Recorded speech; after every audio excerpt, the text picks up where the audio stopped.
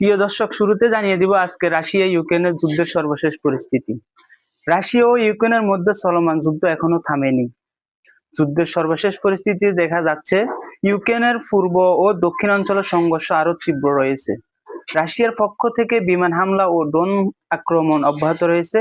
অন্যদিকে ইউক্রেন পাল্টা হামলা, সামরিক স্থাপনা লক্ষ্য করে আঘাত হানছে।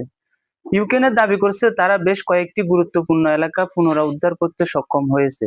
তবে রাশিয়া বলছে এখনো তারা কৌশলগতভাবে শক্ত অবস্থানে রয়েছে।